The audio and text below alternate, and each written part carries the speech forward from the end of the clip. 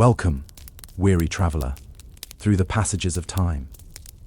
As the moon hangs, heavy in the sky and the world grows quiet, I invite you to step with me into the pages of history. Settle in, get cozy, and let my voice carry you into the realm of dreams as we explore a captivating, yet troubling chapter of Japan's feudal past. Before we begin our journey, I'd love to know who I have the pleasure of speaking to tonight. Whether you're nestled under the covers ready for sleep or simply seeking a moment of calm, go ahead and leave a comment sharing where in the world you're tuning in from and what time of day it is for you. If you enjoy immersing yourself in history as a way to unwind, consider subscribing so you never miss one of these relaxing excursions through time. Now, make yourself comfortable as we prepare to peek behind the curtain of an era long past. Tonight, we'll be exploring the often difficult and oppressive lives of women in feudal Japan. But don't worry, I'll be right, here to guide you gently through this unfamiliar world, no matter how harsh the realities we uncover. My soothing narration will ensure you can simply lie back, listen, and let your imagination roam free. As we begin, I want you to picture yourself as a woman living in the 14th century Japan. It's hard for the modern mind to grasp just how different life was then, especially for women, with nearly every aspect of their lives tightly controlled by societal expectations. Women had very little personal freedom or self-determination. From birth until death, their path was largely laid out, for them, shaped by forces far beyond their control. Over the course of our time together tonight, we're going to follow in the footsteps of a typical woman as she navigates each stage of feudal Japanese life, starting from her birth and childhood, through adolescence and marriage, into motherhood and adult family life, and finally to her twilight years. We'll see the world through her eyes. Along the way, we'll meet some remarkable real-life women who found ways to make their mark on history, despite the incredible limitations placed on them. So, as you burrow deeper under the covers and feel sleep start to tug at the edges of your consciousness, let's take our first steps into feudal Japan. Breathe in deeply, breathe out slowly, and let the sounds of the present fade into the background. The only voice in your head now is mine, and the only place we are is the Japan of 600 years ago. Our story begins with a birth, but not one that is celebrated with much fanfare. For you see, in this time and place, baby girls were simply not as valued as baby boys. Families anxiously awaited the arrival of a son to carry on the family name and inherit the family estate and duties. A daughter was seen as a temporary presence, someone who would one day leave to join her husband's family. She could not continue the family lineage in the same way. At best, a girl might help with household chores until she married, but she wasn't considered a true permanent part of her birth family. In some cases, if a family already had several daughters, a newborn girl might even be a source of disappointment and burden. Although the practice was becoming less common by the feudal period, female infanticide did still occasionally happen. Baby girls were sometimes seen as just another mouth to feed until they could be married off. And not all families had the resources or desire to provide for them, callous as that may sound to our modern ears. So let's imagine that by good fortune, your family chooses to keep and raise you, their infant daughter. Even from your earliest days, the expectations placed on you are clear. As you grow from a baby into a young girl, your family focuses on raising you to be subservient, obedient, humble, and skilled in domestic arts. Playing with dolls is encouraged, as it's seen as practice for one day caring for a family of your own. Watching and helping the women of the household with cleaning, cooking, sewing, and other chores is also an important part of your girlhood. Very rarely would a girl be educated in the same way as her brothers. Most girls of the samurai class might learn to read and write at a basic level, and might be taught traditional arts like calligraphy, flower arranging, or playing musical instruments. But the idea of a robust education, including classic literature, philosophy, government, and martial arts, was almost exclusively reserved for boys. A girl's education was about becoming a proper wife and mother, not an intellectual or warrior. However, even in these restrictive times, there were always some remarkable women who defied convention. One famous example from a few centuries before the feudal period we're focusing on is the author Murasaki Shikibu. Born into a noble family in the late 900s, Murasaki was given an unusually thorough education by her father, who saw great intelligence in his young daughter. She grew up to become a lady in waiting at the imperial court and penned the enduring masterpiece, The Tale of Genji, considered by many to be the world's first true novel. As a young girl in feudal times, Murasaki's story may have been told to you as an apocryphal legend, a near mythical example of what women were capable of under extraordinary circumstances. But you would know that her path was the exception, not the rule. However much innate talent or ambition you might possess, your destiny is to be a wife and mother with little room for personal pursuits. And so the years of your girlhood slip away, spent close by your mother's side, learning and preparing for your inevitable future. Your world is small, just your family home, and perhaps occasional outings to a temple or market. But soon enough, usually around the age of 13 to 16, your world will suddenly expand, though not in a way of your own choosing. For you see, the time has now come for your parents to arrange your marriage. This isn't a love match. Romance has little to do with marriages in feudal Japan. Instead, your parents are looking at social position, political allegiances, and how best to strengthen the family through your match. If you're lucky, your husband will be close to your own age, rather than decades older. You may have met him a few times, or he may be a total stranger. Your wishes in the matter are, of course, irrelevant. You're informed of your parents' choice and begin preparing to leave the only home you've ever known to join your husband's household.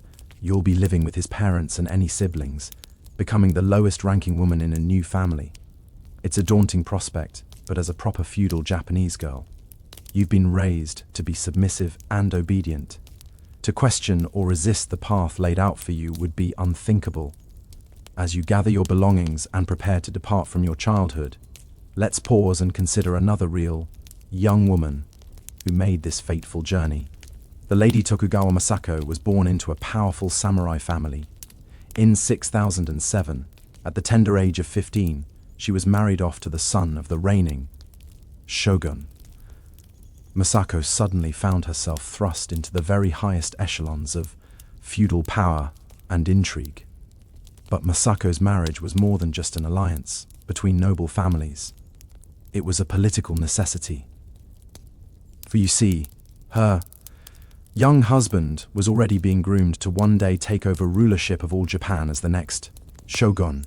This meant that Masako was under immense pressure to cement her place in the dynasty by producing an heir, a male heir. Of course, without a son to one day inherit the shogunate, her husband's family would fall from power, and Masako herself would lose any status and security. So, as Masako departed her family home as little more than a child herself, she carried the weight of dynastic ambitions on her slim shoulders. The expectations that she'd quickly conceive a son were just the start of a lifetime of intense duty and scrutiny in her new role. Her major purpose in life, like every woman in her time, was to bear children. We'll explore the often harrowing realities of feudal Japanese motherhood more deeply in just a little while. But first, we turn back to you, our protagonist, as you take your first steps into marriage and away from the relative familiarity and comfort of your childhood. Dressed in your finest kimono, you take your place beside your new husband, bowing low to your new in-laws. Your old life is over now. Your role is to serve your husband's household, your childhood home, your family. Even your birth name will fade into memory. As a new bride, you're expected to quickly learn the ways of your husband's household. His mother is now your main taskmaster, critic, and teacher. She shows you how she likes the meals prepared, the correct way to wash and mend the family's clothes, the proper rituals for honoring the household's ancestors. Make a mistake or show any hint of homesickness or resistance, and your mother-in-law will quickly scold you. You must embody the ideal of the good wife, humble, gentle, obedient, and above all, fertile, for that is the real measure of your worth in this new role. The children you'll bear, specifically the sons, you're likely to become pregnant within the first year of marriage, as your husband will visit your bed frequently. Contraception is virtually non-existent, and why? Oh, have no real right to refuse your husband's sexual advances. Your body is now largely under his and his family's command. As your belly grows heavy with your first child, you continue your daily chores as a young wife for as long as you can. Hopefully, your mother-in-law will show you some kindness as your pregnancy advances, perhaps allowing you to rest a bit more or eat a little extra food, but pregnancy is not considered an illness or a handicap. You're still expected to fulfill your household duties as a woman for as long as possible. Let's turn again briefly from your story to consider another real woman who exemplified the life of the typical feudal Japanese wife. A generation or two before your time, there lived a woman named Nano Tio, born into a poor peasant family in the early 1600s. To married a local rice farmer as a teenager, and immediately set to work alongside him in the patties, up to her knees in mud, even as her children grew inside her. Over the years, Taiko bore 6 children for her husband, working in the fields before and after each birth. As a peasant woman, she didn't have the luxury of focusing solely on the home like samurai or noble-class wives. No, Teko and her husband just barely eked out a living farming their small plot of land, so her help with the back-breaking labor was crucial. 2 of her babies died in infancy, not uncommon for the time. The exhaustion and poor nutrition that were part of the peasant lifestyle made pregnancy and childbirth even more risky. And so Teko soldiered on, like most women of her era, sacrificing her own health and comfort for the sake of her husband and surviving children. She had no other real choice or alternative path available to her. From sunup to sundown, she worked either out in the fields or inside preparing food, mending clothes, and trying to stretch what little they had to keep the family alive. Hers was a lifetime of harsh subsistence and endless toil. Back now to you, our protagonist, hopefully born into a slightly higher class than Teko, but still bound by many of the same wheelie expectations. As your pregnancy progresses and your delivery day approaches, you say extra prayers to Shinto kami and Buddhist to protect you and your baby in the dangers of childbirth. You've heard enough whispered stories of women in your family and community dying in the process to know the risks. When your pains begin, you retreat to a special birthing room in your house, aided by a midwife and perhaps a few other experienced women. You labor bravely but with trepidation. There's no real medical knowledge of the childbirth process in your time, so if complications arise, there's little to be done. No doctors, no hospitals, none of the interventions that could save you or your baby if things go wrong. All you can do is grit your teeth, push when directed, and hope for the best. To your immense relief, you deliver a squalling infant after many grueling hours, and to your even greater fortune and delight, the midwife announces that you've delivered a healthy baby boy on your first try. You know that your husband and in-laws will be overjoyed at the news. In their eyes and the eyes of society, you've just proven your worth as a woman and wife, a son to carry on the family. Name is the greatest gift you could give your husband's household. In the coming days, as you recover from the physical trauma of childbirth, you pour your energy into nourishing and doting on your precious son. As a samurai-class wife, you're spared from returning to work immediately, instead expected to focus on baby's care. You nurse your son, swaddle him tight, sing him lullabies, and shower him with affection. Your husband, too, takes great joy in this new heir. If you had instead delivered a daughter, of course, the family would still welcome her, but the celebrations would be a bit more muted. As you now well know, a daughter will one day leave the family to marry, while your son will stay and inherit his father's role and status. You will raise your daughter with love, yes, but also with the knowledge that you're grooming her for a life of service to her future husband, just like your mother did for you. But we don't have to dwell on that bittersweet thought, for your story includes the birth of a cherished son. As he grows from a helpless infant into a rambunctious toddler and young boy, you take great pride in caring for and shaping him. It's your duty to instill in him the virtues of your samurai: class, loyalty, courage, honor, discipline. Your husband handles his formal education and martial arts training, but you're always there in the background as the loving, patient, ever-attendant mother. As your son grows, so too does your family. You give birth 4 more times over the next decade, 2 more, sons and 2 daughters. Each pregnancy and delivery is as nerve-wracking as the first, but you feel more confidence in your role as a mother now. You delegate household chores to your daughters as soon as they're old enough, training them to be proper wives one day, just like your mother-in-law did for you. And so the years pass and your children grow. Your role is still primarily in the home, focused on your offspring and keeping domestic affairs running smoothly. When your husband is away at battle or for official duties, you're in charge of the household, making sure bills are paid, servants are managed, and the family wants for nothing. You take pride in your efficiency and capability in this sphere. In a few ways, your life is easier than a woman of a lower class in your era. You don't have to do hard physical labor, and you have servants to handle so many tasks.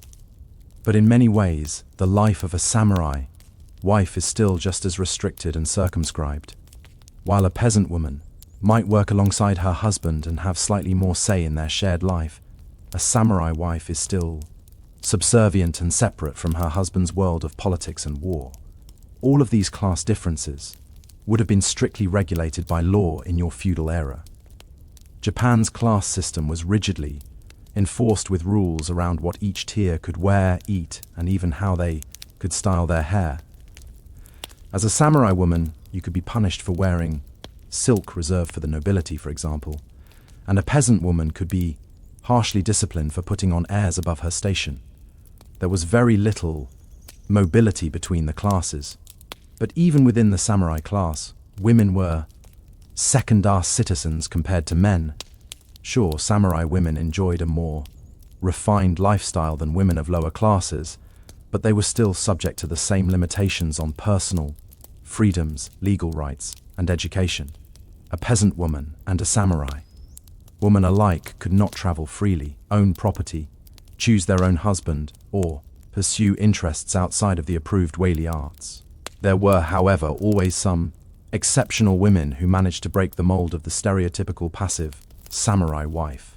One famous example was Hojo Masako, who lived about a century before our feudal protagonist's time. Masako was married to the first Kamakura, Shogun Minamoto no Yoritomo, and was renowned for her intelligence, bravery, and political acumen. Unlike most samurai wives who stayed meekly in the background, Masako was a key advisor to her husband, weighing in on matters of state and strategy. She was a skilled archer and even joined him on military campaigns. After his death, Maso maneuvered her family into power, making decisions in her son's name and thwarting attempted coups against her clan. While she was eventually forced to become a Buddhist nun in her later years, she continued wielding influence from the convent until her death. But Masako's level of education and involvement in politics and warfare was incredibly rare for a woman of her time. She was able to make her mark on history, in part because of her unusually high status as wife of the shogun and her force of personality that refused to stay confined solely to the domestic sphere. Her story would have certainly been known to later generations of samurai women like yourself, a tantalizing glimmer of what more your life could be if only society allowed it. But alas, for the vast majority of women in feudal Japan, Masako's path was an impossible dream. Your own path, while perhaps stable and comfortable compared to a peasant woman, is still a narrow and predetermined one. Your value comes from your role as a wife and mother within your husband's household, not from any individual talent, ambition, or interests of your own. So, let's return again to your tale, shall we? The years have flown by, and your eldest son is now a young man of 16, almost fully grown. Your two younger boys are not far behind, both strong and healthy. Sam. Life as a peasant woman in feudal Japan was one of unceasing toil, with precious few comforts or respites. From before dawn until after dusk, the work of maintaining a household and contributing to the family's livelihood occupied nearly every waking moment. For Nano Teiko, the day began in darkness as she rose from her pallet on the dirt floor, careful not to wake her snoring husband and the younger children still curled up asleep. She stirred the embers in the hearth, coaxing them back to life to boil water for the morning's meager rice porridge.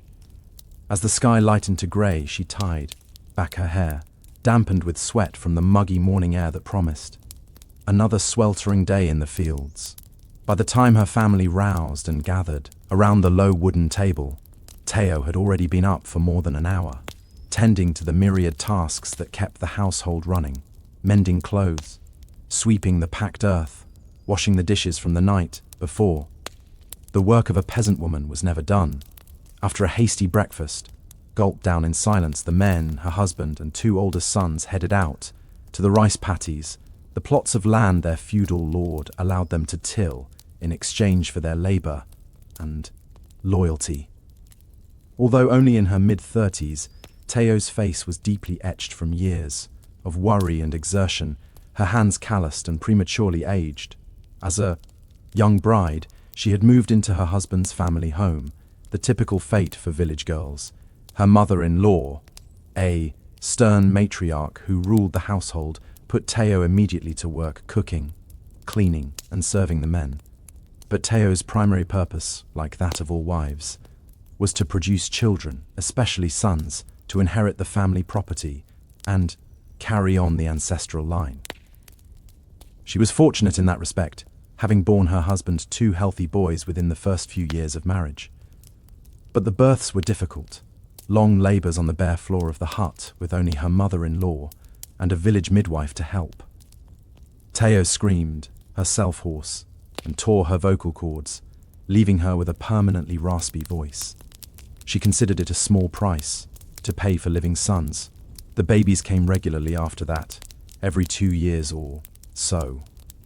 With little rest between pregnancies and no respite from her daily chores, Teo grew thin and exhausted, aging decades in the space of a few years. 2 more boys followed, and then, to her dismay, a pair of daughters, although she cherished all her children. Teo knew that girls were considered a burden, another mouth to feed until they married out. Oh, the family. She quietly apologized to her husband, feeling she had somehow failed him. As soon as they were old enough to walk steadily, Teko put her daughters to work around the house and brought them out with her to the fields. Unlike her sons, who would attend the village school to learn reading and writing, Teo's girls would receive no education. Their futures, like their mothers, lay solely in domestic servitude, first to their parents and later to their husbands. It pained Teko to imagine such limited prospects for her bright, lively daughters, but she saw no other path for them in their rigidly structured feudal world. With the younger children in tow, Teo spent her days bent over in the patties alongside the men, knee-deep in the muddy water as she helped plant, weed, and harvest the rice crop that sustained them both physically and economically. There were no weekends or holidays, only a ceaseless cycle of planting and reaping, broken up by the occasional village festival or religious ceremony. Even when heavy with child, Teko's work continued unabated. She muffled her groans of pain as she crouched over the rows of rice seedlings, her belly swollen and straining against her rough cotton kimono, squinting into the harsh sun glinting off the patties. Takiko blinked, away the sweat and tears that mingled freely on her face, feeling the child royal inside her as if in protest of its constricted, laborious confinement. Thoughts of her unborn baby filled Tako with an overwhelming mix of emotions. hope that it would be another healthy son to bring pride to the family.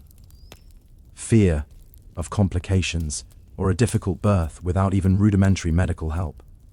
A touch of bitter resignation at the realization that her own life would be cut short by these repeated pregnancies and deliveries, an almost inevitably fatal burden in an era of sky-high maternal mortality.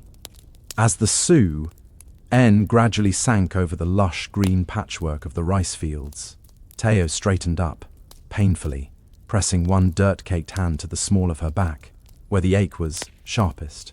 She gathered her daughters who had spent the day chasing away hungry birds from the grain and began the slow trudge back to the village, empty baskets balanced precariously on her head. Behind her, Teko's husband and sons shouldered their tools, staring resignedly at their feet. Nobody spoke. The work itself was so exhausting that conserving energy for conversation was an unfamiliar luxury. In any case, Tako reflected, what was there to discuss? Their lives were circumscribed by the never-ending struggle to coax enough food from the land to fill their bellies and pay their taxes, season after season, year after year, with no variation or respite, only the numb, mute rituals of survival. Back inside the close confines of the family's hut, Teo kindles the cooking fire again and begins preparing the evening meal. As the rice pot bubbles and the pickled vegetables are laid out, she assembles the entire family around the low table, differentially serving her husband and sons first before sitting down to her own supper. In the smoky dimness, Teo surveys her family, the flame light flickering over their tired faces. With a stab of melancholy, she dwells for a moment on the daughter she will never know, the one she miscarried in the fields years before, expelling a gush of blood and tissue into the uncaring mud, whether from the unrelenting work, the poor diet, or simply the whims of a harsh fate. Nearly 1 in 3 pregnancies ended that way, but life ground on, as merciless and unyielding as the turn of the seasons. As Teko dips her head over her bowl, a few words of Buddhist prayer forming themselves in her mind, a sudden kick from within makes her gasp. The child lives, impatient for its own entrance into the world. She rubs a hand over her distended belly, trying to soothe the restless spirit inside her. Boy or girl, samurai or peasant, its life will be molded by the same immutable forces that constrain her own: tradition, obligation, and unrelenting labor. The feudal system grinds on, shackling each new generation to the well-worn grooves of the past. And for the women of Teko's village, and countless others like her throughout Japan, their individual lives are subsumed in the greater imperative to bear the children, tend the home fires, and help fill the rice bowls that feed the nation. In the face of such intractable gender roles, their personal hopes and dreams are as insubstantial as wisps of smoke curling up from the cooking fire, soon extinguished. As her family finishes the meal in the customary silence, Teo gathers up the empty bowls with a weary sigh. The baby has settled, but the dull ache in her lower back persists, a physical manifestation of the ceaseless grind of her existence. She allows herself the briefest of fantasies, imagining for a moment a life free of the endless cycle of pregnancy and drudgery. But such thoughts are quickly banished, replaced by a surge of shame. To yearn for something beyond her prescribed role is a betrayal, an abdication of the responsibilities that have been droomed into Teko since birth. She is a wife, a mother, a daughter-in-law. Her own desires are irrelevant. Harmony and submission, the twin virtues of an ideal woman, have been etched into her very bones. With an effort of will, Teo pushes herself up from the table, feeling the child shift heavily inside her. Her husband and sons have already retreated to their pallets, leaving the women to finish the cleaning up. She hands a stack of bowls to her oldest daughter, who at 9 is already well trained in the domestic arts.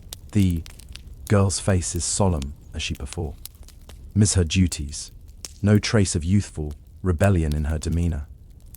Someday Teo knows her daughter will be in her place, a baby on her back and another in her belly. Her feet permanently muddied from the rice fields. It is the only future she can envision for the girl, the only one that their rigidly stratified society permits. The thought brings a pang of regret, but no real surprise. As the last embers fade in the hearth and the humid darkness presses in from all sides, Teo sinks down onto her thin pallet, easing her aching body into a reclining position. She stares up at the thatched roof, barely visible in the gloom. Tomorrow will be the same as today, and all the days that came before. An endless cycle of planting and harvesting, washing and mending, birthing and burying.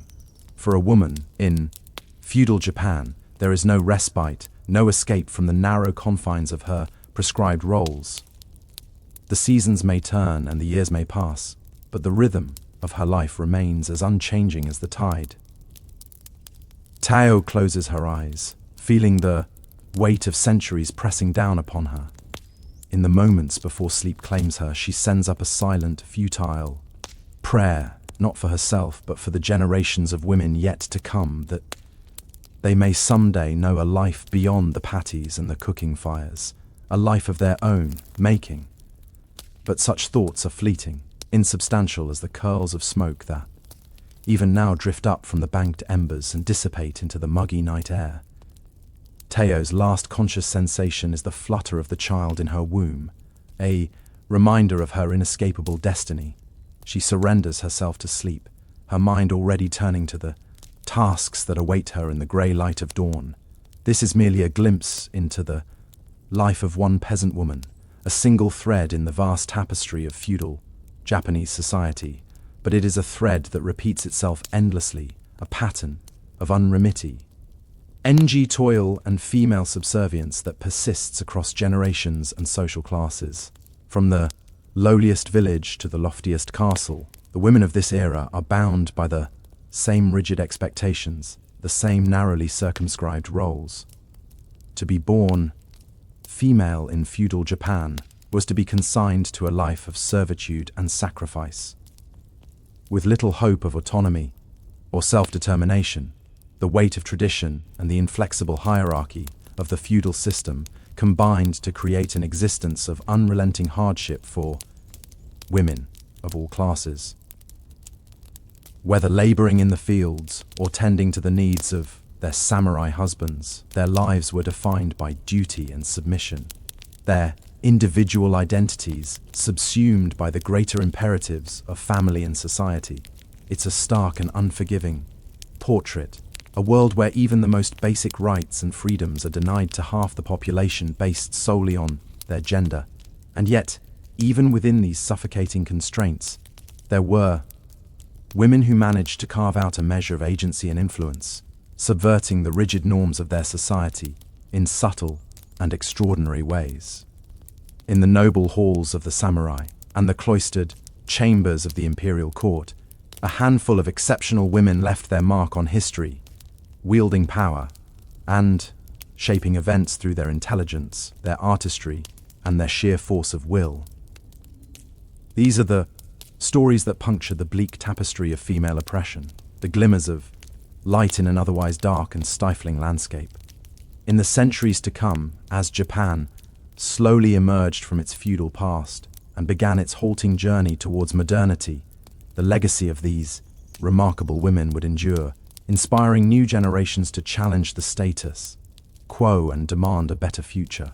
But for Teko and her countless sisters in suffering, such change would come too late. Their lives forever bound by the implacable dictates of a society that saw them as little more than chat and childbearers. As we trace the long and winding path of Japanese history, it's impossible to ignore the central role that women played in shaping its course, even as they were relegated to the margins and denied the most basic rights and freedoms. Theirs is a story of resilience and quiet determination in the face of overwhelming odds, a testament to the enduring strength of the human spirit in even the most oppressive of circumstances. And so we leave Teko to her dreamless slumber, her body heavy with the weight of the unborn child and the centuries of tradition that hang upon her like a yoke. In the distance, the first faint light of dawn is already gathering on the horizon, heralding the start of another day of ceaseless toil and silent endurance. For the women of feudal Japan, it is a cycle that will repeat itself endlessly, a legacy of hardship and subjugation that echoes across the ages. But even in the face of such unrelenting adversity, their spirits endure, their stories waiting to be told. And in the telling, perhaps we can begin to shed light on the dark corners of history and honor the countless nameless women who bore the burden of their society's inequities with grace and grit. Their voices may be silenced by time and circumstance, but their experiences remain woven inextricably into the fabric of Japan's past and present. As we drift off to sleep, the gentle rhythms of Teko's story washing over us like a lullaby, we carry with us a renewed appreciation for the struggles and sacrifices of the women who came before, and a deeper understanding of the forces that shaped their lives and their world. In that small, quiet space between wakefulness and dreams, we can almost hear the whisper of their voices, a ghostly chorus of mothers and daughters, wives and concubines, nuns and courtesans. They speak to us across the centuries. Their words are testament to the resilience and indomitable spirit of the women who lived and loved and labored in the shadow of feudal Japan.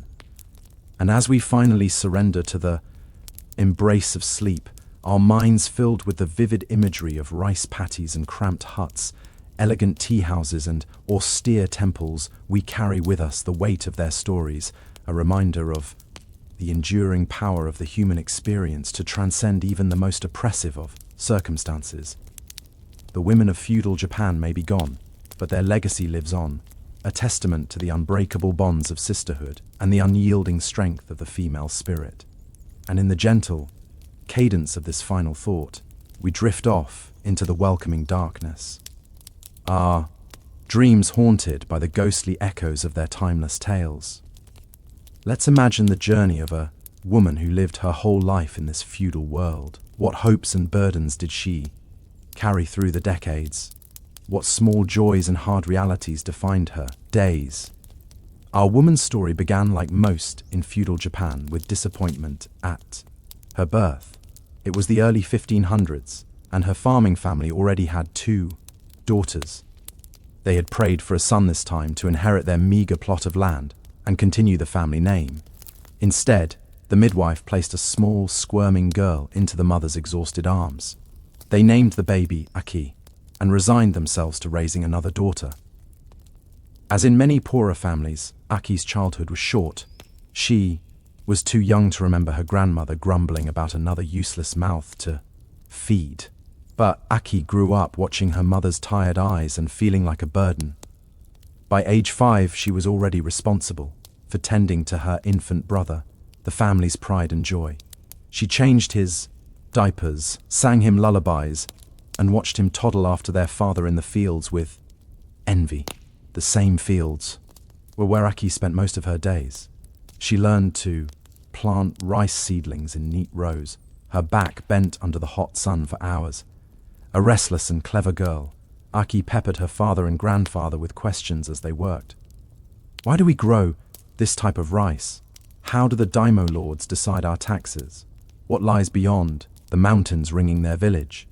But her curiosity was usually met with grunts, shrugs, or rebukes to focus on her tasks. Aki's quick mind was seen as more nuisance than asset for a peasant girl. It was her mother and grandmother's job to train her in the domestic arts expected of a future wife: cooking, cleaning, sewing, weaving. Every day Aki watched her mother grind barley, haul water, mend clothes, and stir the pot of millet porridge over their hearthfire, a baby strapped to her back. She rarely saw her mother sit down or rest. Around age 6, Aki started to join her sisters in these daily household chores. Their rough hands grew calluses from gripping farm tools, stirring pots, scrubbing floors. Aki missed the freedom of running through the rice paddies with her brother and his friends, flying kites and catching crickets. Now she was learning to serve, to be as silent and efficient as her mother. The local Buddhist temple, her one refuge besides the fields, taught that women's suffering in this life was punishment for misdeeds in past ones. Only male monks were allowed to study the sutras. One of Aki's few childhood delights was the village Matsuri festival each year. She loved the colorful banners fluttering from bamboo poles, the troupe of musicians and acrobats that performed in the square. Aki longed to try the drums and flutes herself or learn the graceful dances, but girls were shooed away from the male, only entertainers. Instead, she had to content herself with clapping along to the music and savoring a few bites of dango dumplings.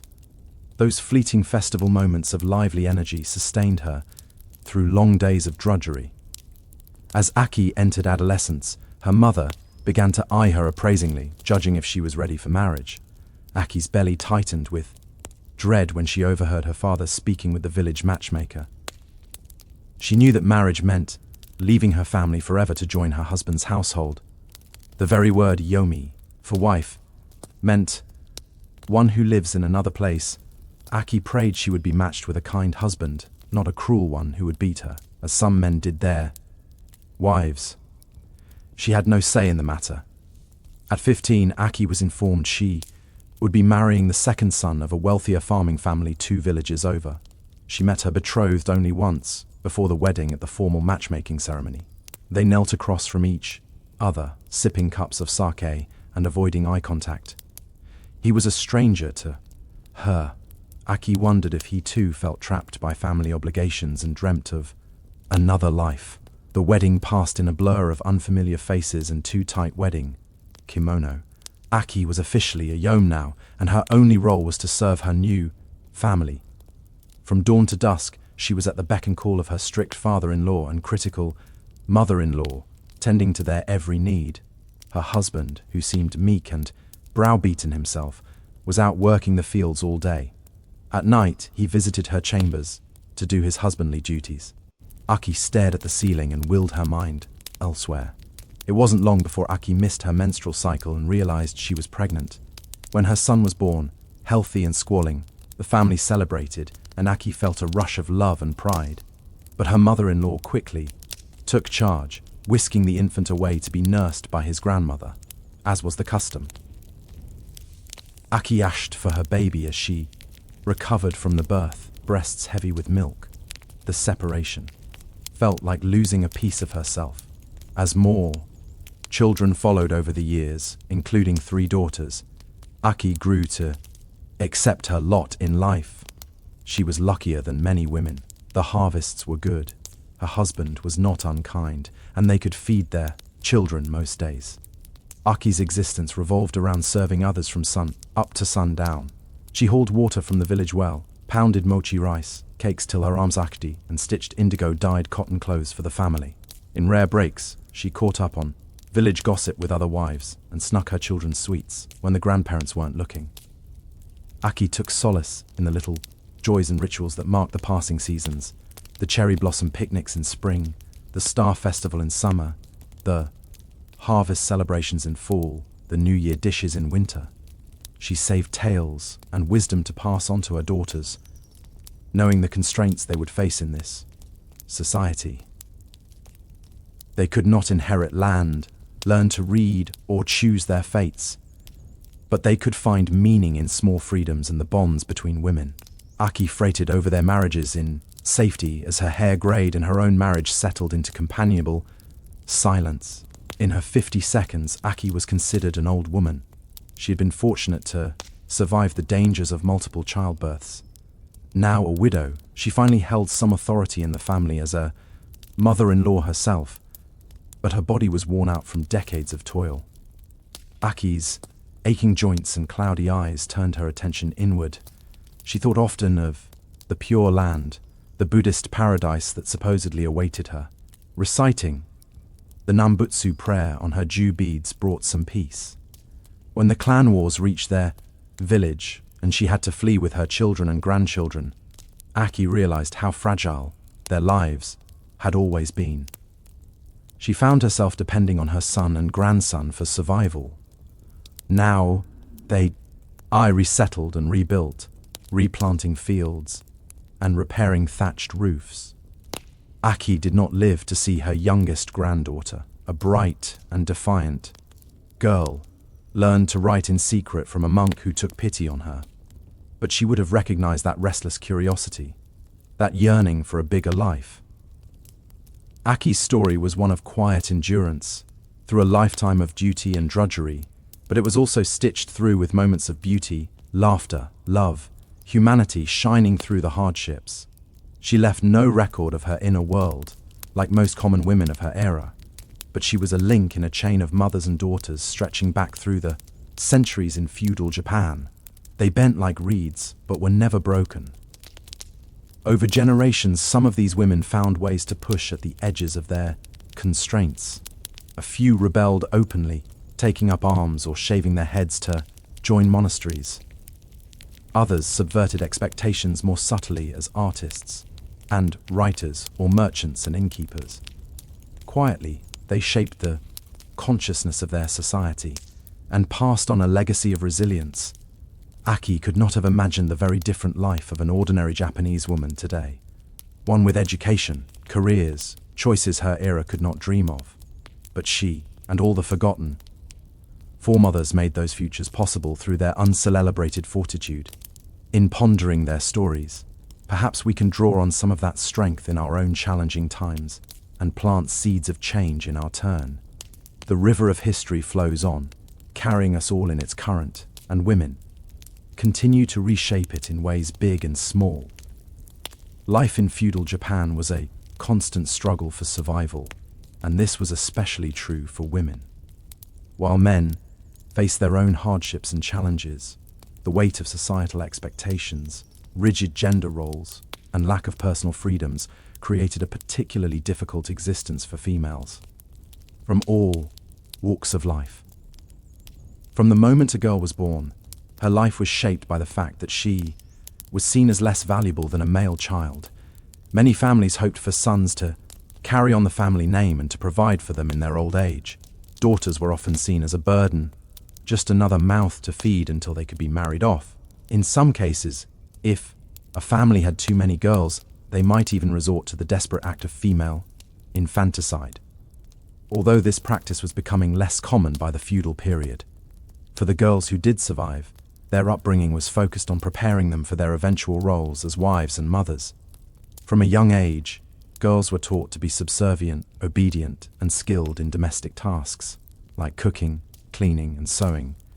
They were expected to be soft-spoken, demure, and to always defer to the men in their lives. There were a few exceptional cases of girls who managed to get a more well-rounded education, usually because they came from wealthy or influential families. One famous example is Murasaki Shikibu, who lived in the late 10th and early 11th centuries. She was able to receive the kind of education normally reserved for males studying Chinese classics and Buddhist scriptures. Murasaki went on to become a lady-in-waiting at the imperial court and wrote The Tale of Genji, considered the world's first novel and a masterpiece of Japanese literature. But for the vast majority of girls, the opportunity to learn and expand their minds was simply out of reach. As girls reached adolescence, usually around the age of 13 to 16, they were considered ready for marriage.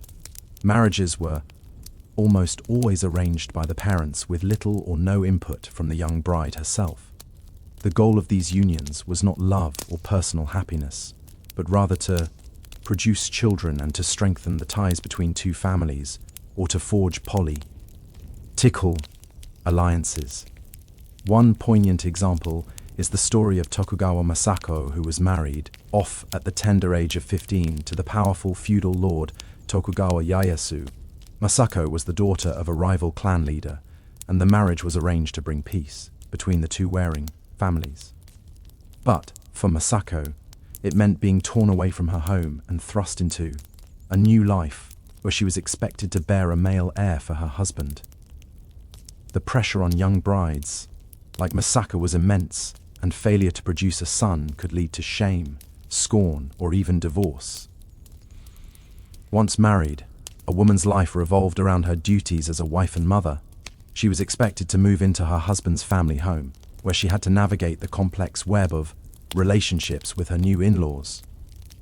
Her primary role was to bear children, particularly sons, and to raise them according to the strict social norms of the time. Women were largely confined to the domestic sphere, spending their days cooking, cleaning, sewing, and tending to the needs of their husbands and children. The challenges of motherhood in feudal Japan cannot be overstated. With limited access to medicine and proper nutrition, pregnancy and childbirth were risky endeavors. Many women died in childbirth, and infant mortality rates were high. Those who did survive often had to endure multiple pregnancies over the course of their lives, as large families were the norm. For women of the lower classes like the peasantry, motherhood was even more demanding. Not only did they have to care for their children and manage the household, but they were also expected to work alongside their husbands in the fields, planting and harvesting crops to ensure their family's survival. The story of Nano Tiko, a peasant woman who lived during the early Edo period, illustrates just how difficult this life could be. Teko bore 6 children while working tirelessly on our family's farm with little rest or respite from her daily toil. Of course, women's experiences in feudal Japan were not monolithic, and much depended on their social class and status. The rigid hierarchy of feudal society meant that there was little social mobility, and women were bound by the strict laws and customs that regulated every aspect of their lives, from the clothes they could wear to the food they could eat. At the bottom of the social ladder were the peasant women who made up the vast majority of the population. They lived hard lives of manual labor, working in the fields alongside their husbands and children to grow the rice and other crops that sustained the nation. They had few comforts and little leisure time, and were often at the mercy of their local lords and samurai. Slightly above the peasantry were the merchant and artisan classes, which began to grow and thrive during the later feudal period. Women in these families might have had a little more economic security and some access to education, particularly if they were involved in the family business. But they were still subject to the same rigid gender roles and expectations as women in other classes. The samurai class, the warrior elite of feudal Japan, had its own unique challenges and opportunities for women. Samurai women were expected to embody the same ideals of loyalty, honor, and self-sacrifice as their male counterparts. They were often trained in the martial arts and were expected to defend their homes and families if necessary. Some samurai women became renowned warriors in their own right, like Nano Teko, who fought and died bravely in the Battle of Aizu during the Meiji Restoration. But even within the samurai class, women's lives were heavily circumscribed by their gender. They were expected to marry for the good of their family and clan, and to produce male heirs to carry on the family name. They had to navigate the complex politics of the samurai world, where alliances and loyalties were constantly shifting. One powerful example of a samurai woman who rose to prominence in this world was Hojo Masako, who lived in the 13th century. Was married to the regent Hojo Tokimasa, and after his death, she became a powerful political figure in her own right. She was known as the non-shogun because of her deep devotion to Buddhism, but also because of her shrewd political acumen. Masako worked tirelessly behind the scenes to protect the interests of her clan and to maintain their power and influence. At the very top of the social hierarchy were the noble women, the wives and daughters of the daimyo lords and the imperial family. These women lived lives of luxury and privilege, with access to the finest clothes, food, and entertainment, but they were also the most tightly controlled and regulated of all the women in feudal society. Noble women were expected to be models of feminine grace and beauty. Skilled in the arts of music, poetry, and calligraphy, they were rarely seen in public, spending most of their lives in the secluded inner chambers of their families' castles and estates. Their marriages were carefully arranged to forge political alliances and to ensure the continuation of the noble bloodlines. Despite the rigid constraints placed on women in feudal Japan, there were some who managed to break free of the mold and make their mark on history. These were the exceptions, the women who defied convention and found ways to express themselves and assert their agency in a society that gave them little room to do so. One such woman was Yumo no Okuni, a shrine maiden who lived in the early 17th century. Okuni is credited with inventing the art form known as kabuki theater, which began as a bawdy, satirical form of dance and performance. Buni and her troupe of female performers would dress in men's clothing and perform dances and skits that poked fun at the samurai class and the social norms of the day.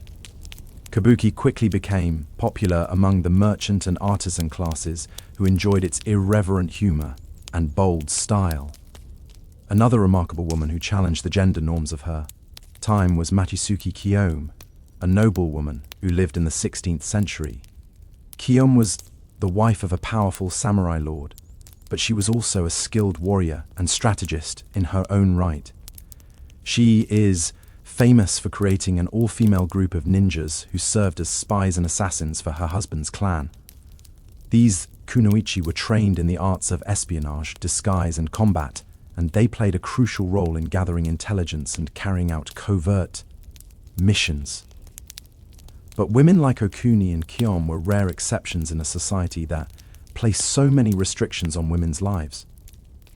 For the vast majority of women in feudal Japan, life was a constant struggle against the limitations placed on them by their gender and social class. Perhaps one of the most striking examples of these limitations can be seen in the legal system of feudal Japan. Women had very few legal rights and were considered to be inferior to men in almost every way. They could not own property, inherit wealth, or even choose their own spouses. They were subject to a strict code of conduct that governed every aspect of their behavior, from the way they dressed to the way they spoke.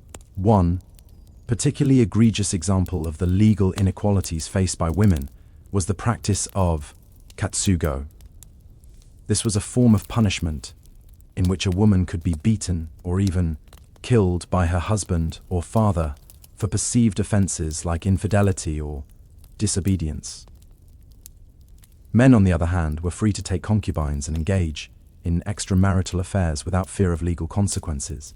The fact that women had so few legal protections made them vulnerable to abuse and exploitation at the hands of men. Divorce was only allowed in cases where the wife was deemed to be at fault, and even then the process was heavily biased in favor of the husband. Women who were divorced or widowed often had no means of supporting themselves and were forced to rely on the charity of male relatives or to turn to prostitution to survive. Despite these grim realities, there were some small glimmers of hope for women in feudal Japan. Some lords and samurai recognized the injustice of the system and took steps to protect the women under their care. One notable example was the daimyo Wasugi Kenshin, who ruled over a province in the 16th century.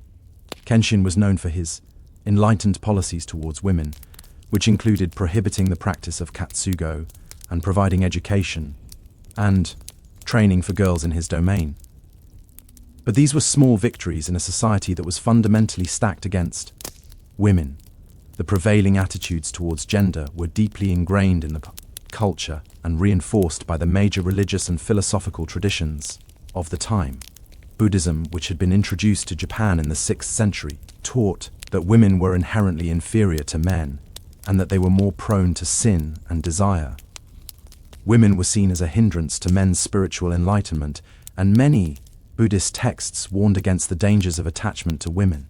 Shinto, the native religion of Japan, also had a complex and often contradictory view of women. On the one hand, Shinto mythology celebrated powerful female deities like Amaterasu, the sun goddess, and the idea that women's bodies were sacred temples. But on the other hand, Shinto beliefs also perpetuated the idea that women were spiritually unclean, particularly during menstruation and childbirth. These religious and cultural beliefs had a profound impact on the way that women were treated in feudal society. They were used to justify the strict social hierarchy and the limitations placed on women's freedoms and opportunities.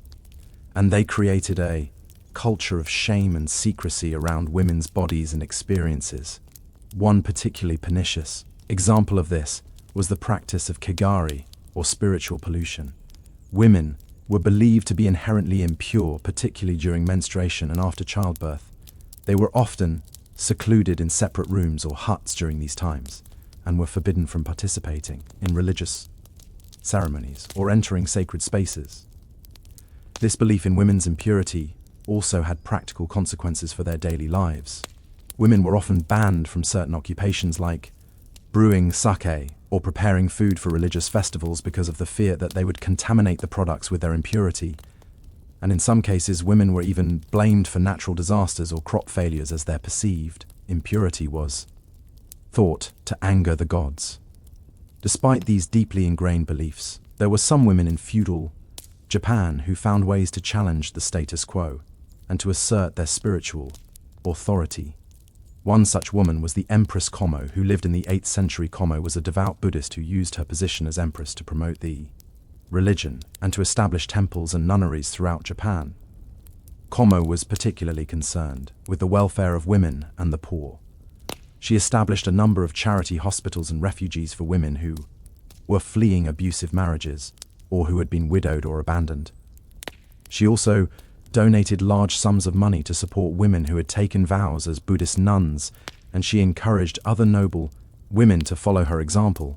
But even a woman as powerful as Ko could not completely escape the limitations placed on her by her gender.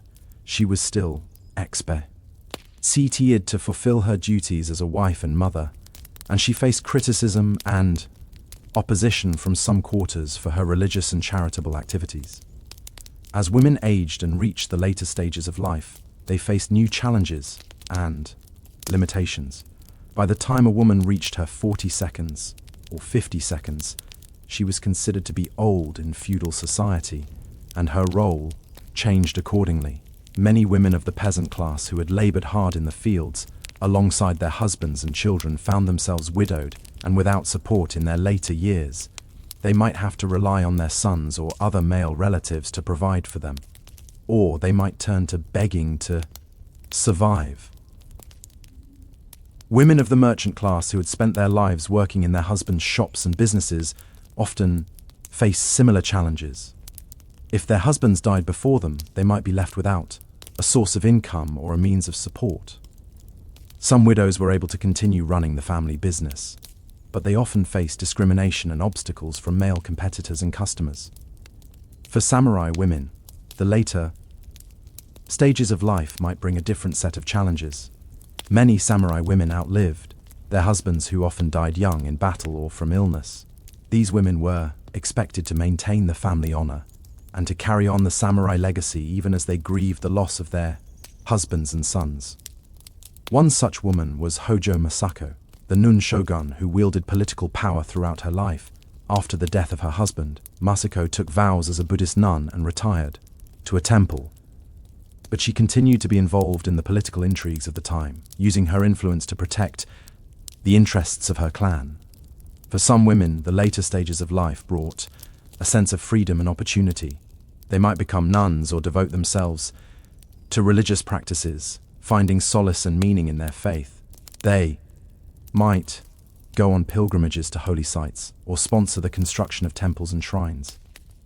But for many women, the end of life was a time of loneliness, hardship, and dependence. They had to rely on the goodwill of their male relatives or the charity of strangers to survive, and they faced the prospect of illness and infirmity without the benefit of modern medicine or care. Looking back on the lives of women in feudal Japan, it is clear that they faced incredible challenges and hardships. From the moment of their birth, they were seen as inferior to men and were denied the basic rights and freedoms that we take for granted today. They were expected to be obedient, docile, and subservient, and to put the needs of their husbands and families above their own. And yet, despite these incredible odds, there were women who found ways to resist and to assert their agency in small and large ways. There were women who became warriors, artists, and leaders who challenged the status quo and fought for a better life for themselves and their sisters. These women were the exceptions, but they remind us of the incredible resilience and strength of the human spirit. They remind us that even in the darkest of times, there are always those who will fight for justice and equality, who will refuse to be silenced or marginalized. And as we look back on the lives of these women, we can also see the ways in which their struggles continue to resonate today. Many of the attitudes and beliefs about gender that were prevalent in feudal Japan have persisted in some form or another into the modern era. Women in Japan and around the world continue to face discrimination, violence, and inequality. And the fight for gender justice is far from over. But by remembering the stories of the women who came before us, we can draw strength and inspiration from their courage and their perseverance. We can honor their memories by continuing the work that they began, by fighting for a world in which every person, regardless of their gender, is treated with dignity and respect. As we come to the end of our journey through the lives of women in feudal Japan, let us take a moment to imagine ourselves in their place. Let us imagine the daily struggles and hardships they faced, the moments of joy and sorrow, the dreams and desires that they carried in their hearts. And let us remember that each of these women was a unique and valuable individual with her own story to tell and her own contribution to make to the world.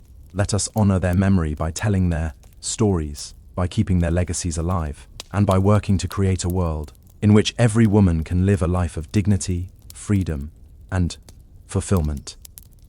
As we've seen, the life of a woman in feudal Japan was shaped from birth by strict gender roles and societal expectations. For a girl born into a samurai family, her destiny would be tied to the fortunes and affairs of her clan. One such woman was Hojo Masako, born in 1156 into the powerful Hojo clan. As the daughter of a wealthy samurai lord, Masako enjoyed a privileged upbringing.